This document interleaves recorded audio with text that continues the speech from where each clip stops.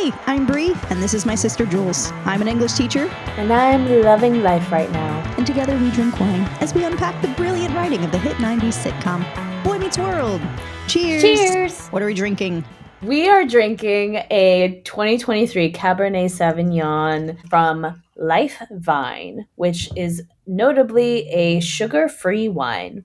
Do you know what it means to drink a sugar-free wine? That's weird. It's like when things that you don't think have the thing in them say, we don't have the thing in them, and you're gluten-free peanuts. Like, peanuts don't have gluten. Wine usually does have sugar. And some wines that are sugar-free, there's a specific process in place to make them sugar-free. Mm-hmm. So when wine is fermented, the yeast from the fermentation turns the sugar into alcohol. So the longer you keep that process, the less sugar there is. So if you essentially have the yeast turn all of the sugar into alcohol, it leaves no residual sugar in the wine. That said, there still is a little bit of sugar, believe it or not. So in wines that are labeled sugar-free, they have essentially what the FDA sees as a sugar-free wine, which is anywhere below, I think, 0.5 grams of sugar. Yeah. It's interesting that they use sulfites because sulfites are what is used to stop fermentation prematurely in order to keep sugar in the wine. I will say, I like this wine. I like it too. It's good. It's very good. And similarly to the Apothic Red, I find this to be very unctuous on the back of the tongue. Oh, good word. I would drink this more because I think that Apothic Red, I feel like I'm drinking a dessert. Whereas this one, there's like a cleanness to it. I don't feel like I'm going to get a headache from it, if that makes sense. But there are sulfites, which I think do cause headaches. Yeah. But I think maybe it's the organic grapes. Yeah, it's really nice. This red wine reveals deep ruby hues with vibrant magenta edges. It opens with enticing aromas of mixed berry jam, plum, blackcurrant, and vanilla, enriched by delicate notes of violets, cedar, and black tea. I do taste the black tea. On the palate, experience concentrated flavors of black cherry, blackcurrant, and fig, followed by a savory finish with hints of mocha, white pepper, sweet tobacco, and stone. Taste them rocks? White peppery rocks. I find when I drink certain alcohols, whether it's a spirit or a wine or a beer, the placement in my mouth is different depending on the alcohol. Wine tends to be more towards the back of my mouth, and this wine is like way back there, which I think is a compliment. Did you like take a wine class since we last recorded an episode? I'm like, why do you know what you're talking about today? I thought we both didn't know. I don't know. You've left me behind. No, I don't know anything. Moving forward. So this week's episode was Risky Business, Season 1, Episode 16. The synopsis: Corey and Sean make a big bet on racehorses for a school project and learn that some things are not worth risking. Date, February 11th, 1994. It was written by Ken Kuta and directed by David Trainer. Viewers, 22.7 million. And Ken Kuta also wrote Once in Love with Amy. What were your first impressions of this episode? My first impression was it is Valentine's Day and people are still wearing sweaters outside. In Philadelphia. It should be so cold that you don't even want to look out the window. And Amy with her open trench jackets and her heels and stockings. I'm like, no. And Morgan in the treehouse for however many hours without a coat. You're 100% right. I didn't even think about that whole scene. Child abuse. Yeah, it's like they forgot that they're supposed to be in Philadelphia for the entire season 1. So we start off in the classroom. Minkus and Topanga have been paired up, and Sean and Corey have been paired up, which I'm surprised by because I thought Feeney learned his lesson that he doesn't put them together for projects. Yeah, you're right. That is very surprising that he keeps putting the two dodos together. Dodo birds.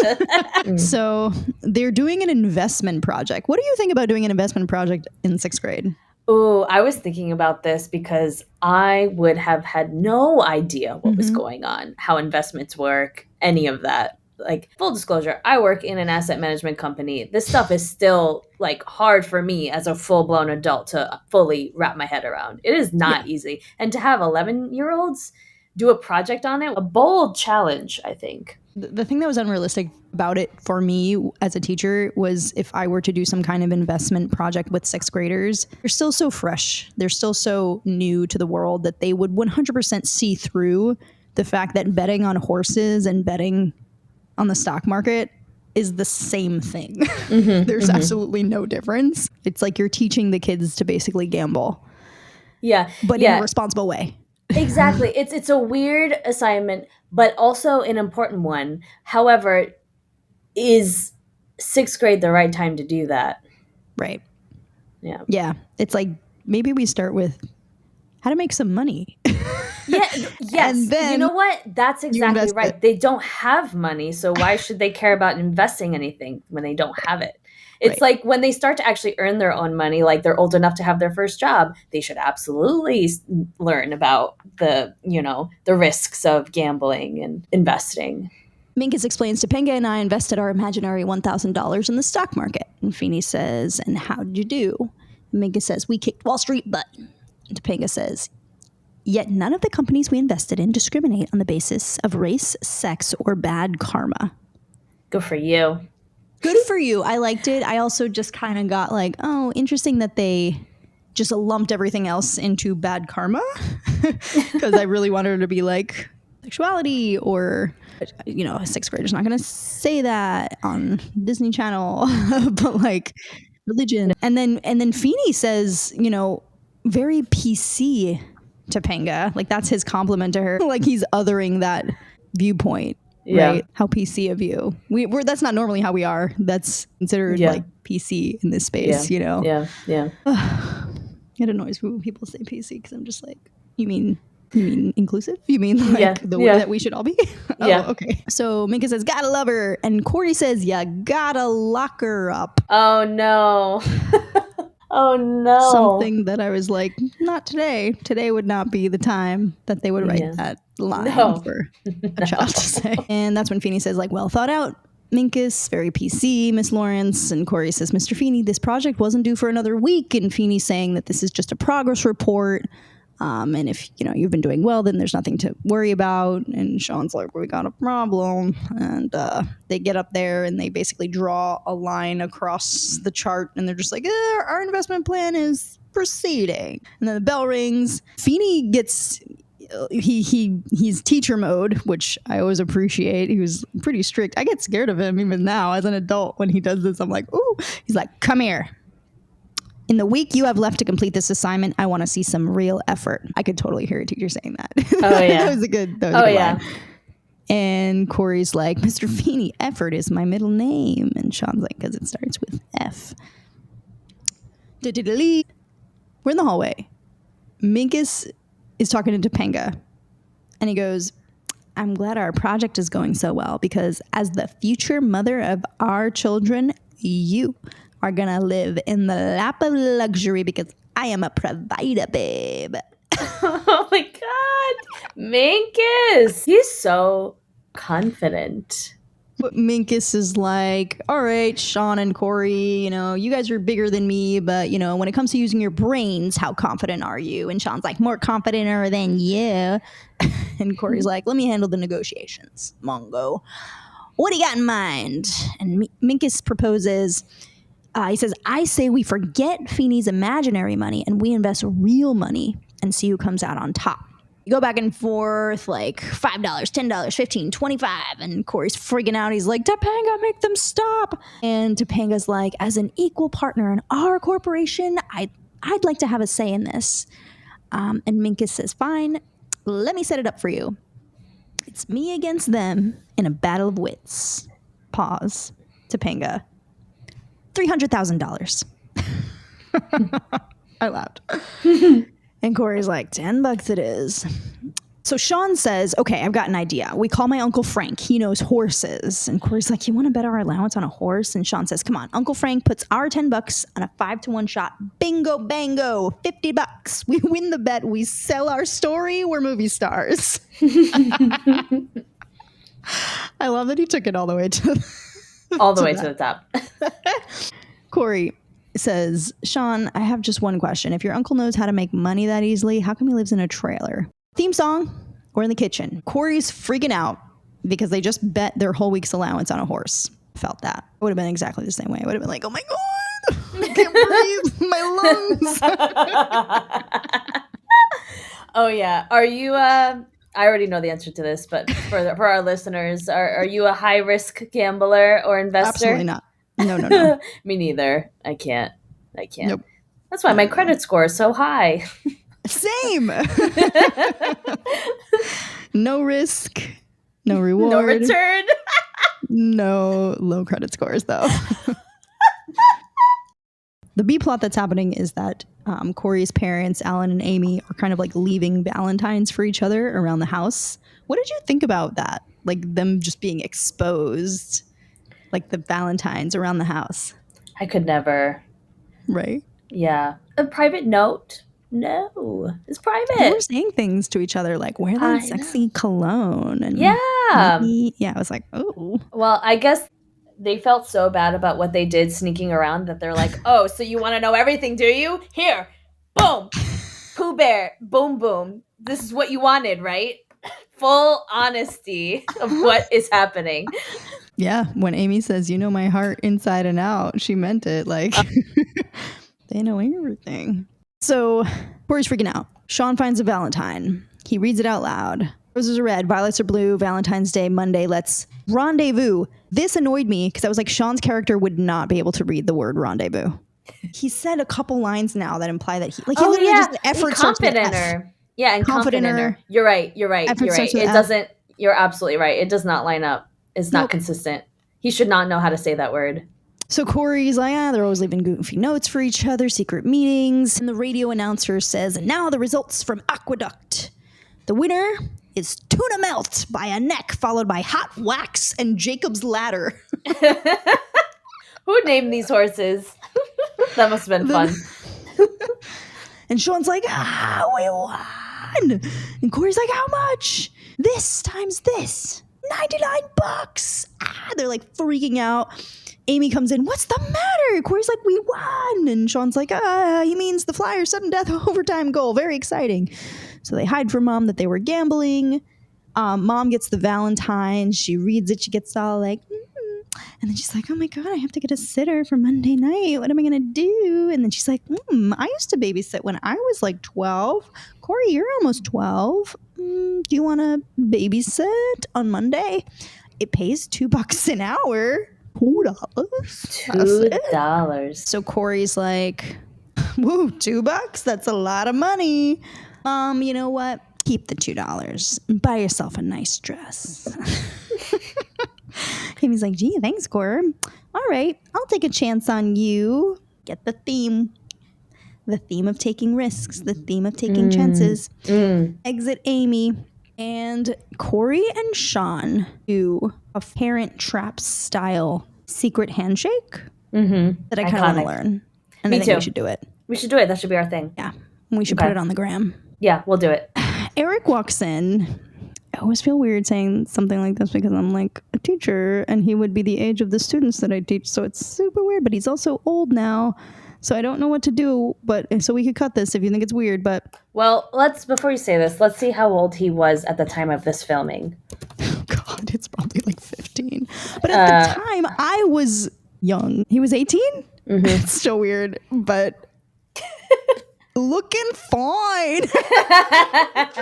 His leather jacket was my fashion moment. It's right? It's a good look. It's a good look on him. He looked good. He did.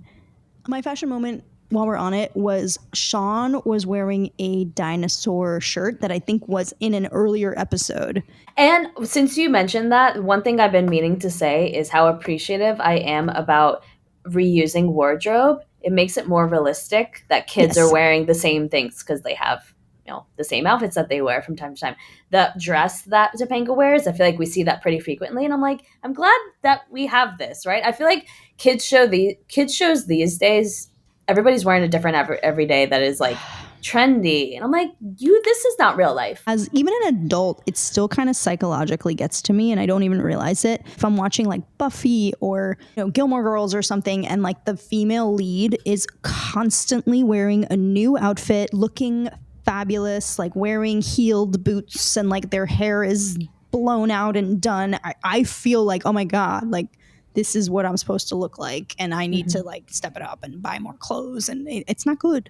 Eric comes in with his leather jacket looking fine, and he says, come here, guys. Now, would this bother you? Your name is Brianna Henshaw. You're the best looking girl in school. One day you see me accidentally stumble into your best friend Debbie and inadvertently French kiss her. Now you won't go out with me. Why won't you go out with me? So we went from no one will date me to now I'm a jerk. Yeah. Eric, you dum-dum. I don't like this version of him. Yeah. And Corey's like, Eric, you like this girl. You got to take a big risk. I know about this.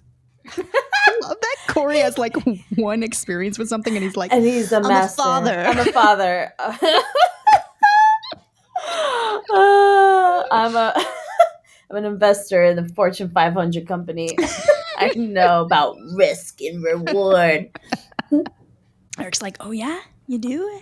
Well, I'm always eager to get romantic advice from a fetus. Funny because you literally just asked for their advice.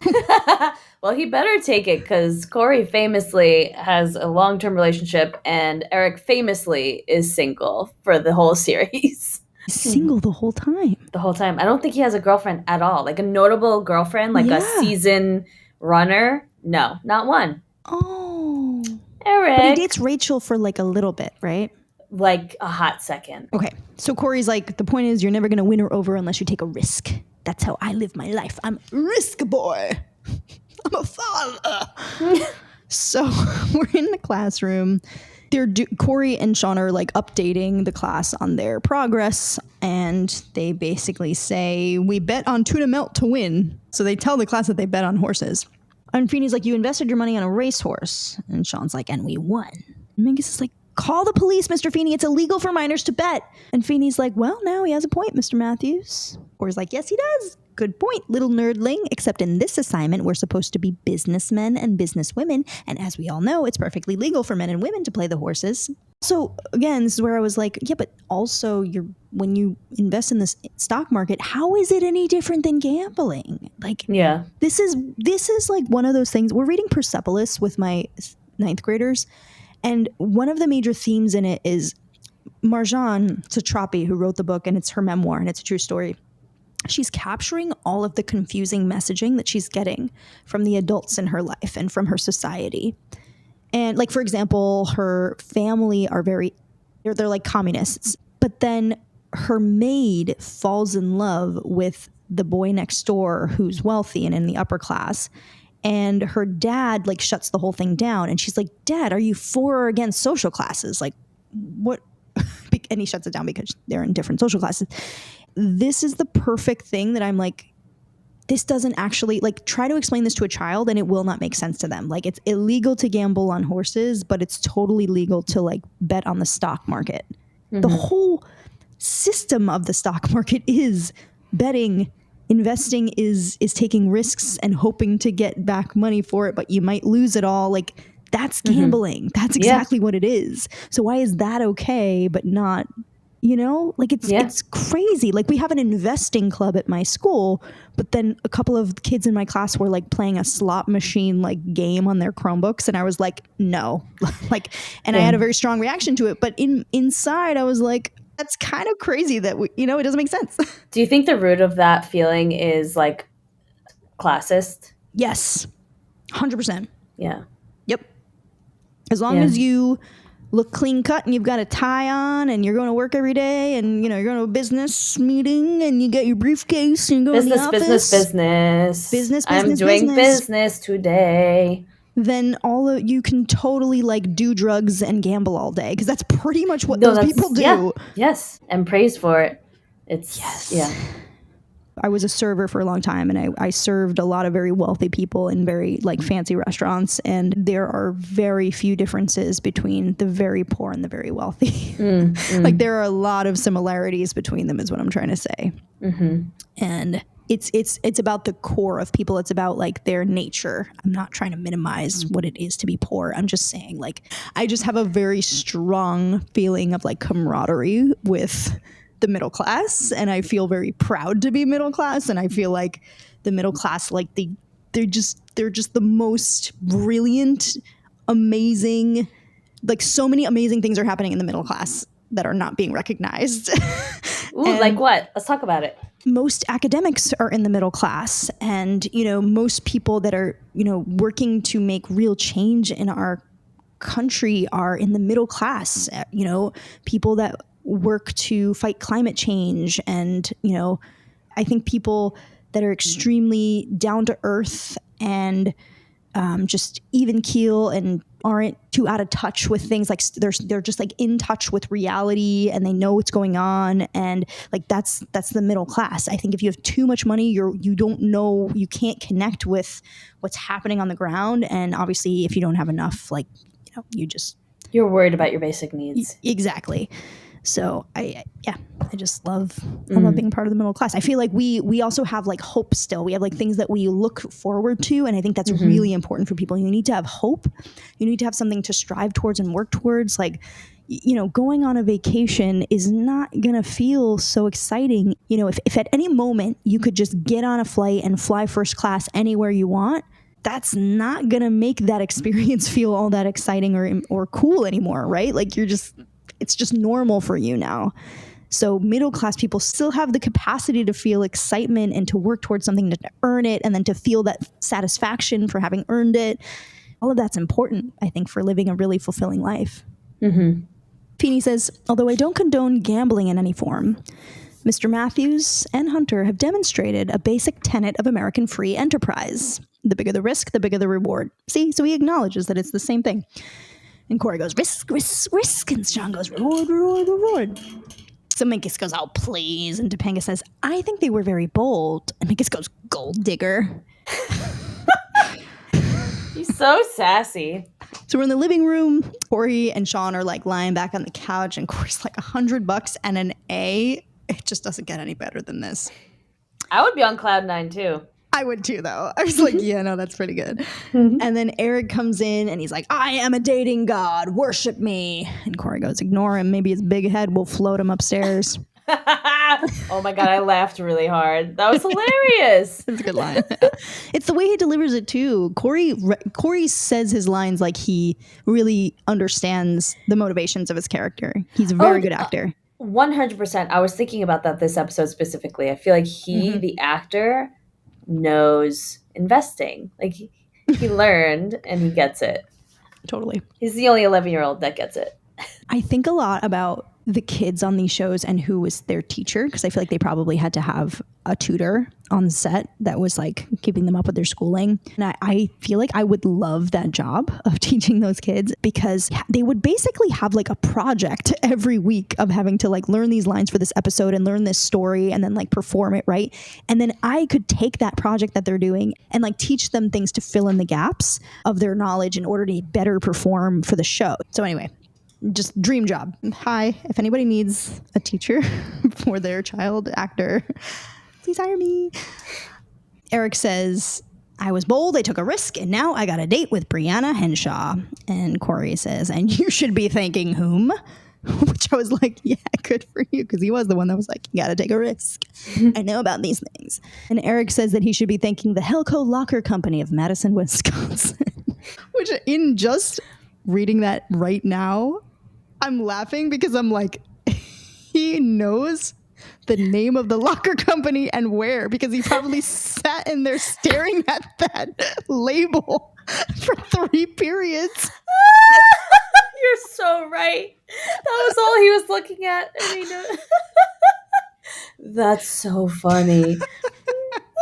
And Corey's like, why? And he says, because I stuffed myself in her locker. He says, I only had to wait for like 3 periods. Oh my God, you missed 3 periods of classes, dude. Jesus. And like, terrifying and creepy. And the fact that worked was a huge risk. And the fact that it paid off, odds are very low. Yeah. Well, hopefully, I would say, hopefully that's his long-term girlfriend, but I guess high risk, low reward. So then they find another Valentine. Blue is the violet, red is the rose. Wear that sexy cologne and meet me at the place where you proposed. Make a joke. Sean, okay, this is another thing that I was like, out of character for Sean. Sean says, poetry is not Boom Boom's strong suit. And I was like, and it is for Sean? Later, he becomes poetic. And I do love that for his character because I see him as like a writerly, like a Jess from Gilmore Girls type who like is going to write a novel. Like he becomes that. But now he doesn't know how to spell effort.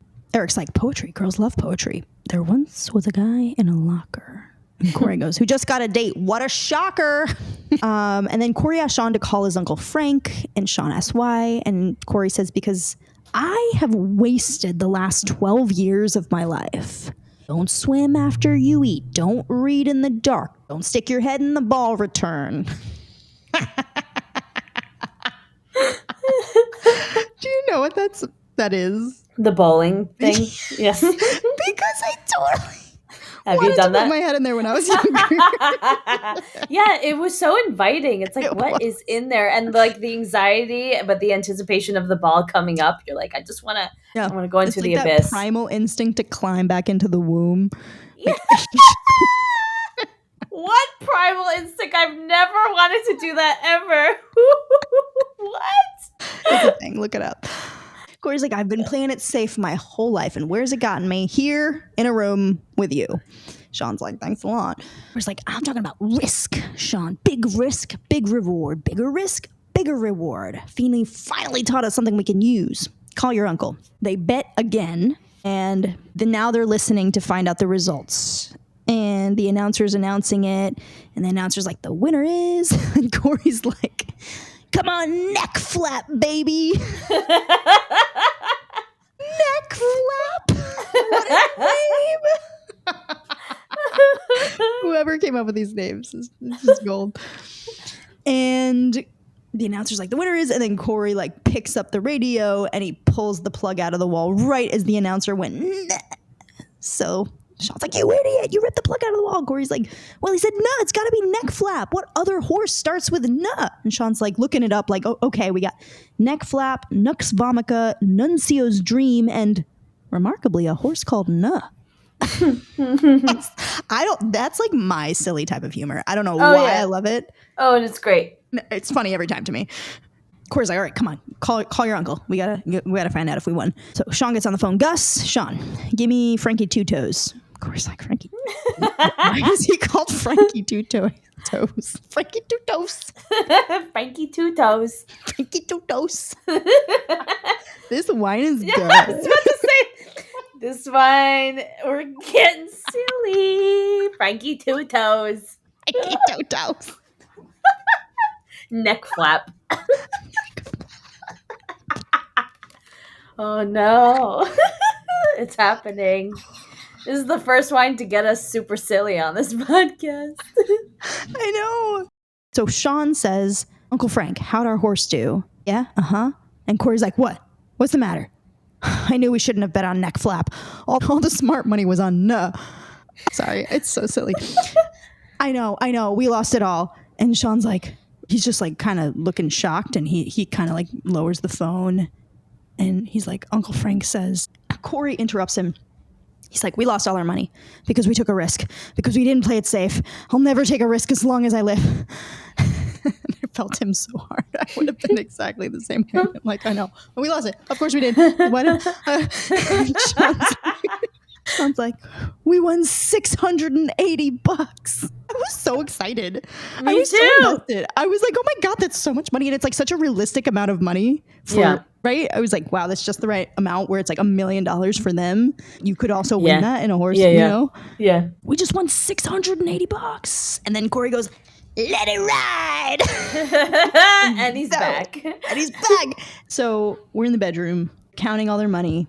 And the phone rings and Corey picks up. And at first, he's like, Matthews and Hunter entrepreneurs. Oh, hi, Mom. No, Dad left 40 minutes ago. He was dressed real nice for Valentine's Day. You're going to love it. All right, got to go. Time is money. And then he hangs up the phone. Morgan comes in. So he's babysitting Morgan now. And Morgan comes in and she's upset because he's not really hanging out with her. Then the telephone rings again. And he's like, 5 to 1, it's Dad. Hello? Hi, Dad. Oh, I'm good. No, Mom called for you. Well, I'm just telling you, she's there. She's probably in the next phone booth. Okay, bye. So we find out that Mom and Dad are missing each other at the restaurant and they can't find each other. Morgan is upset with him because he won't play with her. Then Corey gets one more phone call and Sean tells him that a famous baseball player is at the local pizza joint.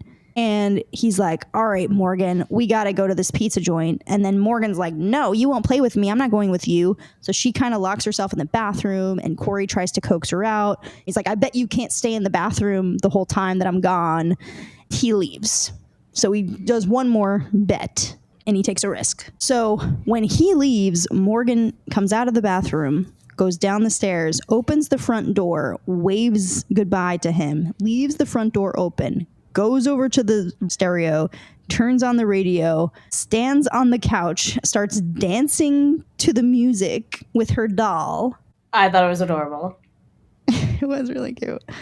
And then she flings her doll in the air and the doll knocks over a plant and the plant falls through the window. And she freaks out and she's like, oh, no. Yeah, she does the Home Alone. That was great. That was a great reference. And she runs out the back door and she goes into the treehouse. Corey and Sean come home and they've got like a stack of signed baseball cards from this famous base. Did you know who that person was, by the way? No. Me neither. So, Lenny Dykstra, Dykstra, rookie cards. They've got this stack of signed cards. They're getting more valuable every second. Corey notices the broken window. He freaks out. Oh my God, this is bad.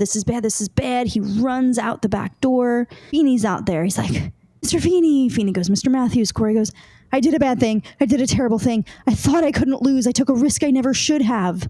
Feeney's like, calm down, Mr. Matthews. It's just imaginary money. Corey's like, no, but it was my real baby sister. I took a chance and I left her by herself. Someone broke in and kidnapped her. Feeney's like, Morgan's in the treehouse. Corey's like, what? Morgan? So he goes up to the treehouse. He goes to hug her and she's like, too tight. That was great. And Morgan's like, I did a bad thing. And Corey's like, no, you didn't. I did a bad thing. I should never have left you alone. Morgan's like, I broke a window. And Corey says, well, no one's going to know that because I'll tell Mom and Dad that I did it. If I hadn't left you alone, it never would have happened. So it really is my fault. I won't let you be in trouble with Mom and Dad, okay? I thought Corey was great in that moment. He did everything he should have done in that moment because he really messed up big time. Yeah. And he felt the weight of that, thinking that she was kidnapped, because that is the worst case scenario. And luckily that did not happen, and he understood how serious that was. I can hold two things in my mind at once. I'm not an adolescent. I can hold nuance. So I have like two opinions at the same time about this. 100% it was very sweet and the right thing for Corey to do, to say, I'm going to take responsibility for this. I shouldn't have left you alone. Don't worry, you're not going to get in trouble. That is the right thing.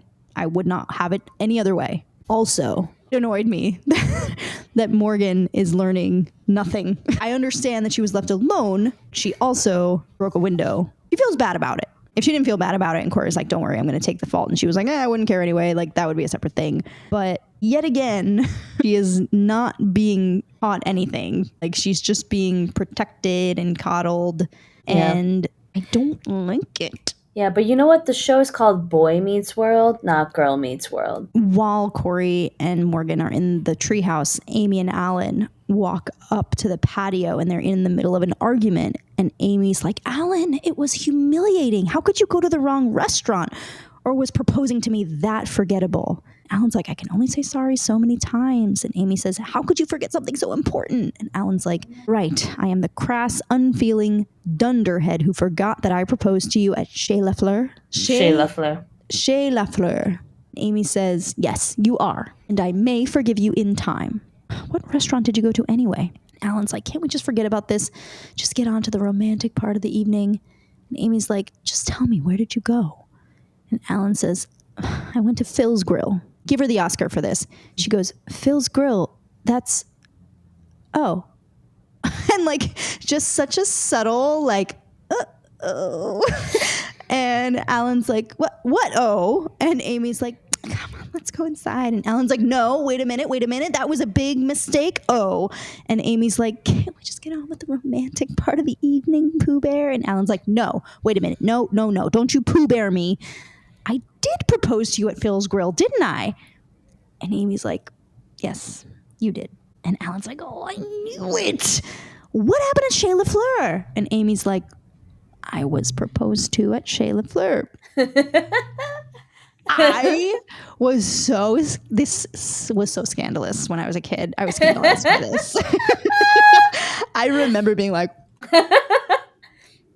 you were proposed to by someone else and you didn't tell your husband. I don't know why that was such a, because I'm Corey, so I need honesty. And if you hide things from me, I'm like, I was so with you on that. I was like, how did you not tell your husband that you had a partner before this and were proposed to? Like, why would you hide that? That's what happened in your life. That's nothing against your current relationship. Why would you not tell him about that? Totally. And also to the point where like you forgot that Alan didn't propose to you at that, where you thought it was that. I was just shocked. I know. Alan got over that pretty quick. I would have needed like 7 to 10 business days to recover. And I hated that he like brought her flowers. Like she should have had to bring him flowers. Like, I feel like we didn't see her really trying to make it up to him. He's like, wait, who proposed to you there? And she's like, Mark Braithwaite. And I like that he was like, Mark Braithwaite proposed to you?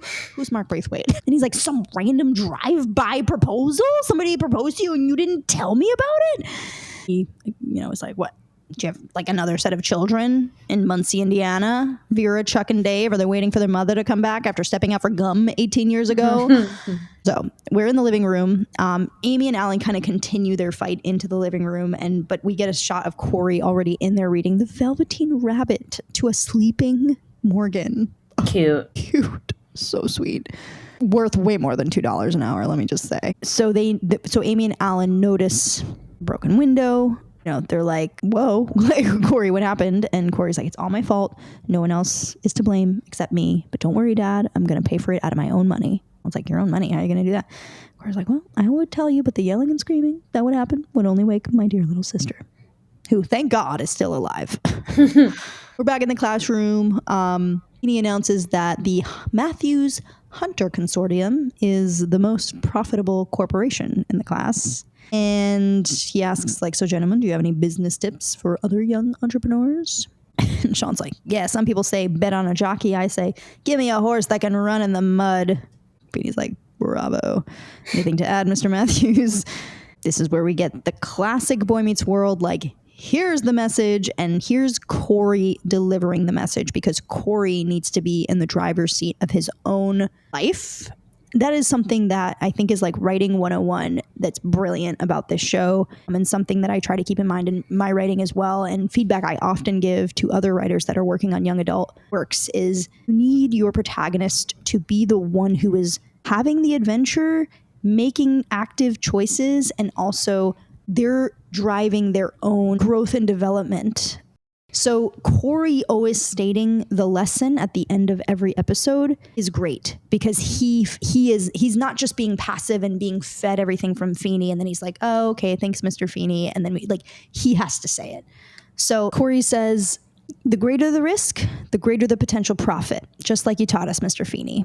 Feeney says, yes, but sometimes the glitter of the profit makes one lose sight of the risk.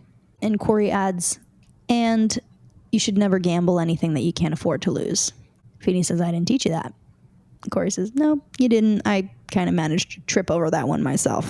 So that's the end of the episode. We get a button, which is, I want to know your opinion about it because I thought it was super weird. Sean leaves Minkus a Valentine, and Minkus is suspicious of it. He's like, it's just going to say something mean. And Feeney and Minkus are in the classroom alone for this. So Feeney is like, sticks and stones may break your bones, but words can never hurt you. There's a pause and he goes, I made that up. That was brilliant. I love that. And Minkus opens it and he reads it and it says, Happy Valentine's Day. And they're both like, okay, seems harmless. And then it says, turn around. And they both turn around. Sean and Corey have Nerf guns and they just blasts Minkus and Feeney with Nerf guns, and then Feeney has a Nerf gun in his drawer in his desk, and he pulls it out and he starts Nerf gunning them back. I'm obsessed. I don't know why you don't feel the same way. Yes, I thought that was so funny.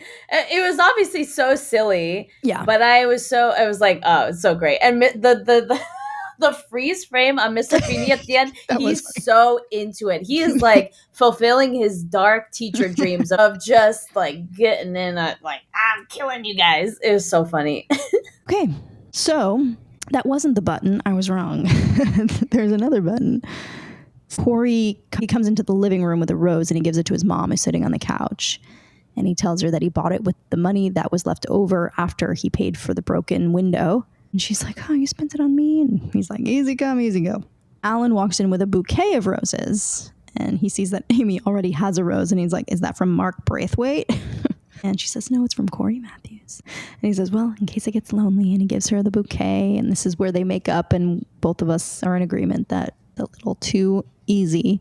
This is where we get like the spiciness. Basically, you know, he says, you may have been proposed to twice, but you only said yes once. And I'm glad it was me. Happy Valentine's Day, boom, boom. And then Amy like climbs on top of him.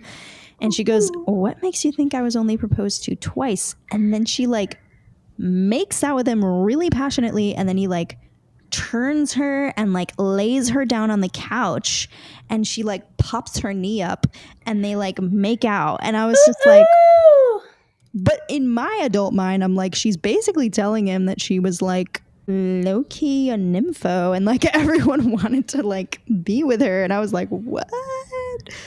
Amy. What was your takeaway? My takeaway is, guys, tell your partners about your past life. It's okay if you got proposed to before your current partner. Talk about it. It's nothing to be secretive about. They should know everything about your past. It informs your present and your future. Be honest. Also, like, it would be so flattering to me if my partner was proposed to and they said no to that person, and then I proposed to my partner and they said yes to me. Yeah. I'd be like, yeah, that's a flex. My takeaway is, I'm trying to connect it to like risk and reward. I guess, honestly, what I'm taking away with me is a reminder that like this whole stock market system is gambling. And the more you unpack our society, the less sense it makes. And this episode just helped me remember that, and kind of like the double standards in our society, or the fragility of the system. Yeah, that's a good way to put it. I totally agree with that. It's something that has not been lost on me, but this kind of made me really kind of think about it. That reminds me of earlier in the episode where Corey's like, if your uncle's so smart, why does he live in a trailer? Like, that's actually very profound and sad. Mm-hmm. I think that was the writer's way of kind of commenting on that issue. I would be impressed if that was where they were coming from. I think they just meant it as like, this does not bode well. Because maybe he's not so smart with the horses. You know, maybe he doesn't know as much as he claims to know. Maybe he's a little bit of a car salesman. Well, that's it for the episode. Thank you so much for listening. If you liked what you heard, rate us 5 stars. Check us out on Instagram at Boy Meets Wine Podcast. Next week, we're going to be watching Season 1, Episode 17, The Fugitive. Bye. Bye.